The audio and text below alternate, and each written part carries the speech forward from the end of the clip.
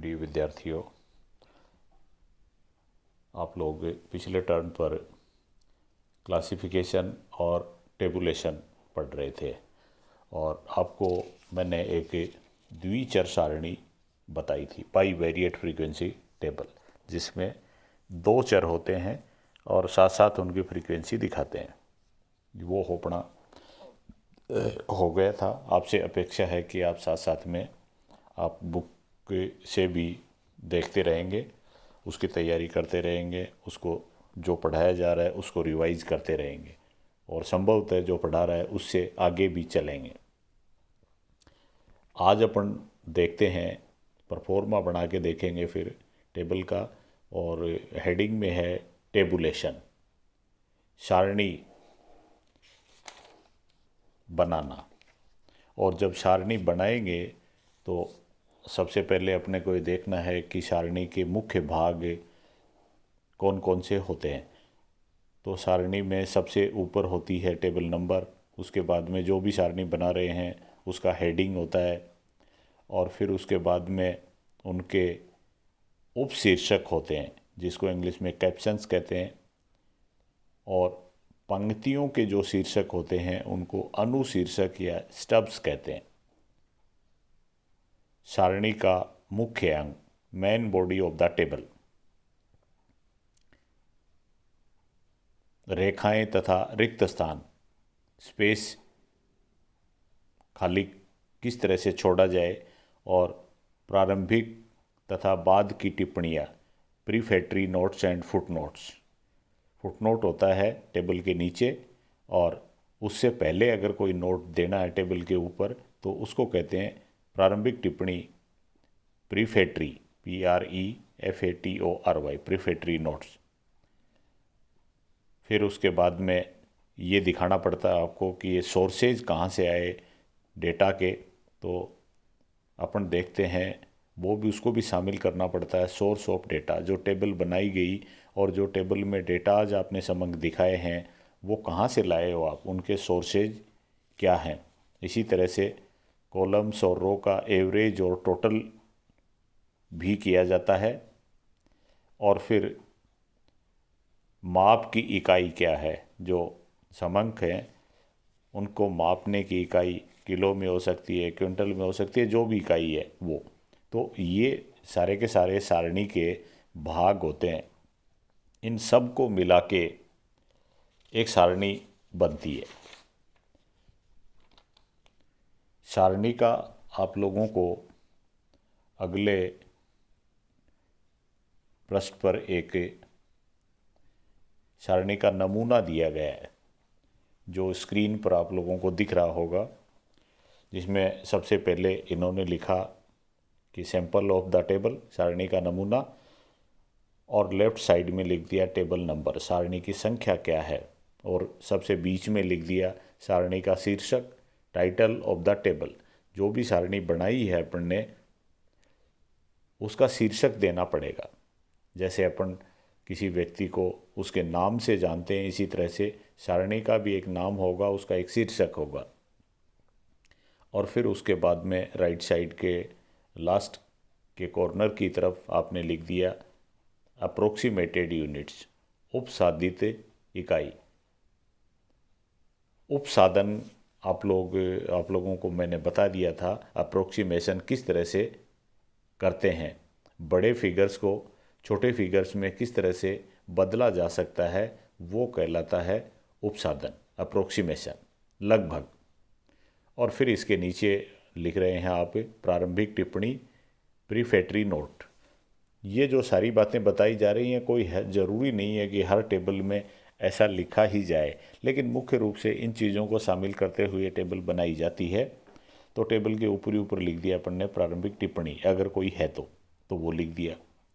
और फिर उसके बाद में टेबल बनाई, और टेबल बनाने के लिए सबसे पहले जो कॉलम है उसमें लिखा है अनुशीर्षक, स्टब्स, और फिर उसके आगे देते हैं अपन सारणी में कैप्शन, उपशीर्षक। उपशीर्षक होता है प्रत्येक कॉलम का। यहाँ कॉलम है और पंक्तियाँ हैं, कॉलम किससे संबंधित है उसके बारे में लिखते हैं तो वो कहलाता है उपशीर्षक, कैप्शन। और पंक्ति में क्या लिख रहे हैं उसका शीर्षक अगर देना हो तो वो कहलाता है स्टब्स। तो दो चीज़ें हैं, एक रो है एक कॉलम है। रो हॉरिजेंटल है और कॉलम वर्टिकल है। तो आपने कॉलम के ऊपर लिख दिया कैप्शन या उपशीर्षक, और दो तीन कॉलम बनाए जा सकते हैं। नीचे कॉलम और कॉलम का हेडिंग दे दिया, फिर कॉलम एंड हेडिंग, और फिर उसके बाद में आगे का जो कॉलम है वो आएगा टोटल ऑफ रोज, पंक्तियों का जोड़ करेंगे अपन। और लास्ट में कर सकते हैं जो पंक्ति हैं या कतार हैं, कतारों का औसत, एवरेज ऑफ रोज। तो इस तरह से ये ऊपर की साइड लिखी। अब लेफ़्ट साइड कर रहे हैं। लेफ़्ट साइड में ऊपरी ऊपर तो लिखा हुआ है अनुशीर्षक, और जिसको इंग्लिश में कहा स्टब्स, और अनुशीर्षक है पंक्तियों से संबंधित। तो इसमें जैसे यहाँ पर इन्होंने 4 पंक्ति बना रखी हैं, row first, row second, row third and row fourth. ये पंक्तियाँ इस तरह से पंक्ति बना दी। और पंक्तियों के नीचे अब की बार लिखेंगे टोटल ऑफ कॉलम्स, स्तंभों का योग। स्तंभ आप जानते हैं वर्टिकल हैं, 3 अपन ने स्तंभ बना रखे हैं, कॉलम बना रखे हैं 3। तो तीनों के नीचे लाइनें खींच दी और ये स्तंभ बन गया। और बीच का जो हिस्सा है वो कहलाता है बॉडी ऑफ द टेबल। और इसी तरह से जब आपने कॉलम्स का योग कर रहे हैं तो कॉलम्स का नीचे औसत भी कर सकते हैं। जैसे कॉलम में आपने, इस कॉलम में 4 तरह की सूचनाएं आ जाती हैं। कॉलम में रो फर्स्ट की, रो सेकंड की, रो थर्ड की, रो फोर्थ की।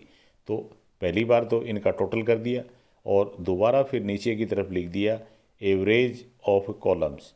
ये जो कॉलम है इनका एवरेज, और एवरेज करना आप लोग जानते होंगे। जैसे यहाँ पर 1 2 3 4 कॉलम में 4 पंक्तियाँ थी पहले में, तो 4 का जोड़ कर दें और 4 का भाग दे दें तो वो हो जाएगा एवरेज ऑफ कॉलम्स। और इस तरह से ये टेबल बन जाती है। उसके नीचे अपन ने लिख दिया फुटनोट। अगर कोई बाद में टिप्पणी लिखनी है तो नीचे लिखा हुआ है फुटनोट, और उसके नीचे लिखा हुआ है लेफ़्ट साइड में ही स्रोत, कि ये जो टेबल में चीज़ें दिखाई गई हैं उसका स्रोत क्या है, इंग्लिश में ब्रैकेट में लिखा हुआ सोर्स। तो इस तरह से ये एक टेबल का परफॉर्मा आप लोगों ने देखा है। जो आपकी बुक में, या कोई भी लेखक की बुक हो क्लासिफिकेशन और टेबुलेशन वाले में, ये सारी चीज़ें आपको मिल जाएंगे। बस आपको करना ये है कि आपको देखने का कष्ट तो करना ही पड़ेगा। फिर उसके बाद में थोड़ा सा और खुलासा करते हैं। अपन ने सारणी का परफॉर्मा देखा और अब ये जानेंगे कि सारणियों के प्रकार। तो सारणी कई प्रकार की हो सकती है। उद्देश्य के आधार पर भी सारणी हो सकती है, और on the basis of origin, यानी कहाँ से आई है उसके आधार पर, बनावट के आधार पर, ये इस तरह से श्रेणियाँ हो सकती हैं। जैसे उद्देश्य के आधार पर सामान्य उद्देश्य वाली श्रेणी हो सकती है या विशेष उद्देश्य वाली हो सकती है। और ओरिजिन के आधार पर करें तो प्राथमिक सारणी हो सकती है या व्युत्पन्न सारणी हो सकती है, डेरिवेटिव टेबल। फिर इसी तरह से जटिल सारणी हो सकती है। सारणी गुणों के आधार पर अगर बनाएं तो 2 गुण की द्विगुण सारणी हो सकती है, या 2 गुण से ज़्यादा हैं तो उसको कहते हैं बहुगुणी सारणी। तो ये सारे सारणी के टाइप्स हैं। और फिर उसके बाद में आगे अपन लेते हैं मेथड्स ऑफ टेबुलेशन, मतलब टेबल कैसे बनाएं आप। तो टेबल बनाने के लिए इन्होंने कहा है कि एक तो आप मैनुअल मेथड से टेबल बना सकते हैं। सामान्य रूप से अपन मैनुअल मेथड को काम में लेंगे। फिर मशीनों के आधार पर भी टेबल बनती है, मैकेनिकल मेथड। और आजकल इलेक्ट्रॉनिक डेटा प्रोसेसिंग के आधार पर भी टेबल बनाई जा रही हैं, तो उस तरह से भी टेबल बन सकती हैं। ये है कि टेबल किस तरह से बनाएं, लेकिन अपने को सामान्य रूप से हाथ से टेबल, अभी फ़िलहाल हाथ से टेबल बनानी है। जो आप लोगों को स्क्रीन पर मैं दिखाने जा रहा हूँ कि एक टेबल किस तरह से सूचनाओं को का समावेश करते हुए बनाई गई है। जैसे इसमें एक उदाहरण के द्वारा समझाया गया है कि एक कॉलेज के छात्रों से संबंधित निम्नलिखित सूचना को प्रदर्शित करने के लिए एक रिक्त सारणी बनाओ। रिक्त सारणी, ब्लैंक टेबल है, इसमें कोई डेटाज नहीं है, ब्लैंक टेबल बनाई इन्होंने। और आपको बनानी है, सूचनाएं जो दी हैं वो छात्रों से संबंधित सूचनाएं हैं। पहली सूचना ए पॉइंट के रूप में बता रखी है फैकल्टी, आर्ट्स, कॉमर्स और साइंस। फैकल्टी मानी होता है संकाय, या तो आर्ट्स या कॉमर्स या साइंस, पहला तो फैकल्टी के आधार पर। दूसरा, आप उसमें दिखाएं सेक्स, और सेक्स में हो सकता है मेल और फीमेल। सेक्स दो तरह के हो सकते हैं, या तो मेल हो सकता है या फीमेल हो सकता है। फिर एज को शामिल करना है, तो एज इन्होंने कहा है कि आपको दिखानी है बिलो 20 एंड अबोव 20, 20 से कम और 20 से ज़्यादा, दो कैटेगरी बन सकती हैं एज की। और डी पॉइंट में बताया इन्होंने फॉर 2 ईयर्स, ये चीज़ें आपको 2 साल के लिए दिखानी हैं, 2004 और 2005 की। तो ये इससे आप लोगों को ये कहा गया कि एक खाली टेबल बनाओ। जो खाली टेबल, ब्लैंक टेबल है, वो स्क्रीन पर भी दिख रही है आप लोगों को। इसमें इन्होंने लिखा टेबल नंबर और आगे डॉट डॉट करके खाली छोड़ दिया, क्योंकि टेबल की कोई संख्या नहीं दे रखी है तो इन्होंने खाली छोड़ दिया। और उसके बाद में उसका एक हेडिंग दे दिया, और हेडिंग दिया comparative number of students in different faculties. अलग अलग तरह की जो फैकल्टीज़ हैं, 3 फैकल्टी होती हैं, आर्ट्स, कॉमर्स और साइंस। तो इन्होंने कहा कंपैरेटिव नंबर ऑफ स्टूडेंट्स, यानी तुलनात्मक रूप से स्टूडेंट्स से कितने हैं इन डिफरेंट फैकल्टीज़ में, ये इस टेबल में दिखाया गया है। Comparative number of students in different faculties during 2004 और 5, 2004 और 5 के दौरान अलग अलग फैकल्टीज़ में कंपैरेटिव नंबर ऑफ स्टूडेंट्स क्या है तुलनात्मक रूप से, इसको कवर करने के लिए टेबल इन्होंने बनाई। तो मुख्य रूप से अपने को सबसे पहले एक कॉलम बनाना है जिसमें ऊपरी ऊपर लिख दिया फैकल्टी। और फैकल्टी आप लोग जानते हैं, आर्ट्स, कॉमर्स और साइंस, 3 फैकल्टी में विभाजन हो गया फैकल्टी का।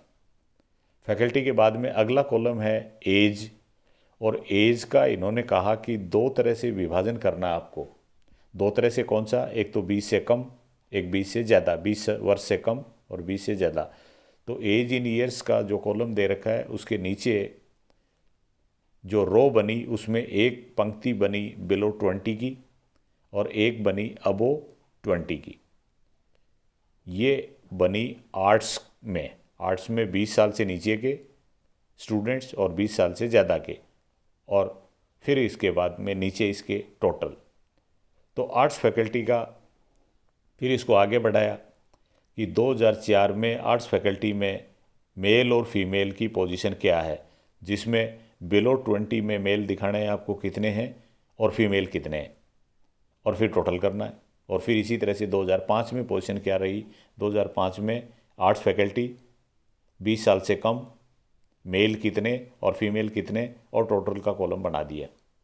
ये बिलो 20 की बात है। फिर अबोव 20, अबोव 20 में आते हैं फैकल्टी वही चल रही है आर्ट्स ही, तो 20 साल से ज़्यादा मेल कितने हैं 2004 में, फीमेल कितने हैं, टोटल क्या, और 2005 में फिर मेल और फीमेल और टोटल। तो इस तरह से ये आर्ट्स फैकल्टी कंप्लीट हो जाती है। आर्ट्स के बाद में इसी तरह से कॉमर्स फैकल्टी, कॉमर्स फैकल्टी के भी 2 पंक्तियाँ, 20 से कम और 20 से ज़्यादा। हर एक फैकल्टी के 2 पंक्ति बन रही है, 20 वर्ष से कम वाले 20 वर्ष से ज़्यादा वाले। और फिर कॉलम में आ जाता है उनके सामने लिखते जाएंगे मेल कितने, फीमेल कितने, टोटल कितने, मेल कितने 2005 में, फीमेल कितने और टोटल कितने। 2 वर्ष की सूचनाएं देनी और दोनों वर्ष में आपको मेल फीमेल देखना। और फिर इसी तरह से साइंस के बारे में कि साइंस में भी वही दिखाना आपको, बिलो 20 मेल फीमेल कितने थे 2004 में और टोटल कितना हुआ। और फिर 2005 में मेल फीमेल कितने और टोटल क्या हुआ, बिलो 20 और अबो 20 का कर देंगे अब की बार, ये साइंस का हो जाएगा। और फिर प्रत्येक का जोड़ लगा देंगे, जो साथ साथ आपने लगाया, आर्ट्स का भी टोटल किया है, कॉमर्स का टोटल किया है, साइंस का टोटल किया है। और फिर उसके बाद में ओवरऑल टोटल हो जाएगा। ओवरऑल टोटल में लास्ट में बिलो 20 में 2004 में सारे के सारे मेल, जिसमें सबको सम्मिलित कर रहे हैं अपन, आर्ट्स कॉमर्स और साइंस तीनों को शामिल करते हुए टोटल मेल का, इसी तरह से तीनों को शामिल करते हुए टोटल फीमेल का। और फिर उसके बाद में इनका ग्रांड टोटल। तो इस तरह से ये एक टेबल का फॉर्मूलेशन अपन ने किया, जिसको आप लोगों ने देखा। और इसमें अगर समंक दे रखे होते तो अपन समंक भी भर देते। इससे संबंधित आप लोग समंक किस तरह से भरें, ऐसी टेबल अपनी पुस्तक में देख लें। संभवतः कल एक टेबल कराएंगे आपको, जिसमें समंक काम में लेते हुए और टेबल अपन बनाएंगे। Thank you.